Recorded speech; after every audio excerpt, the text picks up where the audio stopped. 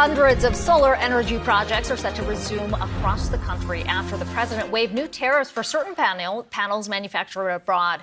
The White House move came after heavy opposition from the solar industry over a Commerce Department investigation into potential violations by Chinese manufacturers circumventing existing tariffs. Let's bring in New Mexico Senator Martin Heinrich, who's been a leading voice on this issue. Senator, it's great to talk to you today. You put out a statement on the back of the White House move earlier this week, applauding the president for his actions. And yet I have to wonder if this action only increases the reliance on these key components coming in from China, just given how significant a market share they have. How should we be looking at it? No, I think what the president's plan does is it keeps the jobs that we already have in the U.S.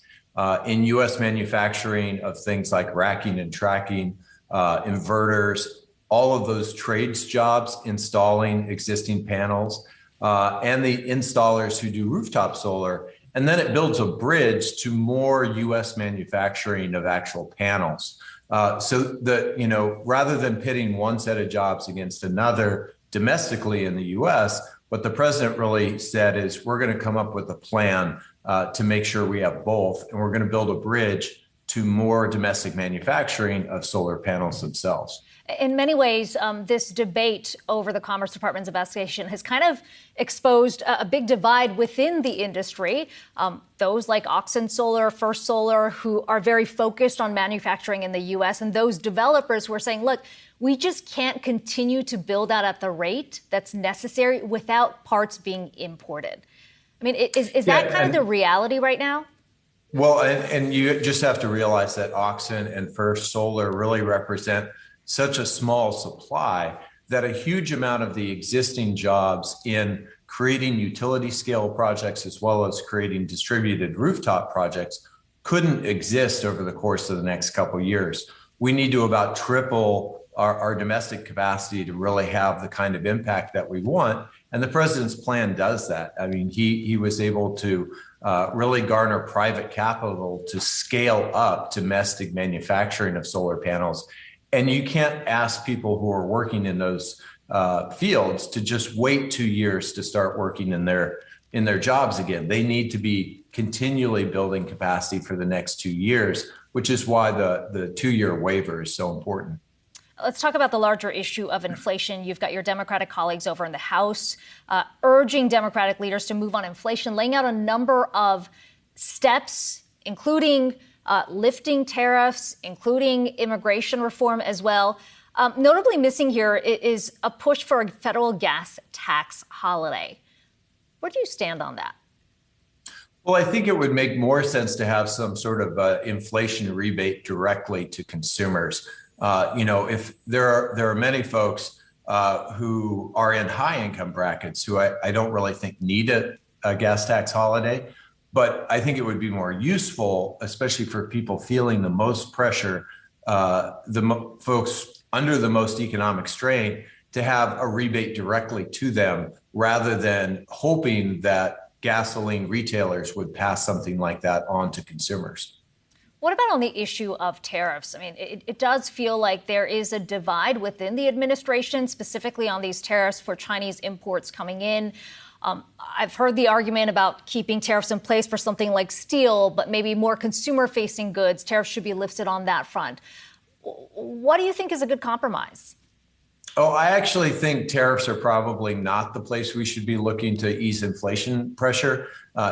We really need to look to the labor market, and immigration reform is the fastest, most efficient way to really get at what is driving a large portion of our inflationary pressure. What specifically on immigration? We've heard, for example, a number of tech companies who've spoken out saying that they want more the green card processing accelerated. But in terms of any kind of reform, I mean, that would take a little longer than something like tariffs where that can be an immediate impact, no? Well, I do think the administration needs to realize that across the board, the previous administration throttled down immigration every place they could. And they have the power to, within the existing legal framework, increase immigration again, really upscale our staffing of all those places where we can ease labor pressures right now. And that would have a huge impact on inflation. And so much of our inflation has been tied to fossil fuel commodity prices. And so the faster we can make this transition to clean energy, the more we ease inflationary pressures there as well. Finally, Senator, I do want to ask you about the debate around gun control legislation. It appears, at least what we've heard publicly, that these negotiations are not likely to yield any significant progress on an assault ban, assault weapons ban, expanded background checks. But I wonder how you're thinking about the role that businesses can play in this conversation. You know, some have suggested that banks, for example, just like the debate over climate, should not necessarily be financing some of these gun manufacturers, that credit card companies potentially could be stepping in to be looking at, assault weapons purchases. I mean, what do you think is the role of business in all this in the absence of key legislation? Well, first off, I'm not going to accept that we are not going to come out with a product on this. I see a willingness right now on the Republican side of the aisle to really talk about tough issues that hasn't been there historically. And so I'm not going to accept defeat out of the gate, because the American people are focused on this in a way that really feels different this time.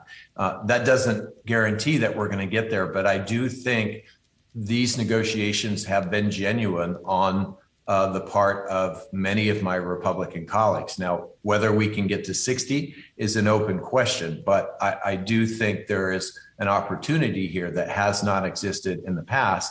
And businesses are going to have to be part of this conversation too. What role they choose to play has an impact. It's not a substitute for policy, but it definitely sends messages, especially economic signals, to all of the manufacturers in this space. New Mexico Senator Martin Heinrich, it's great to have you on today. Really appreciate the time. Yeah, thank you for having me.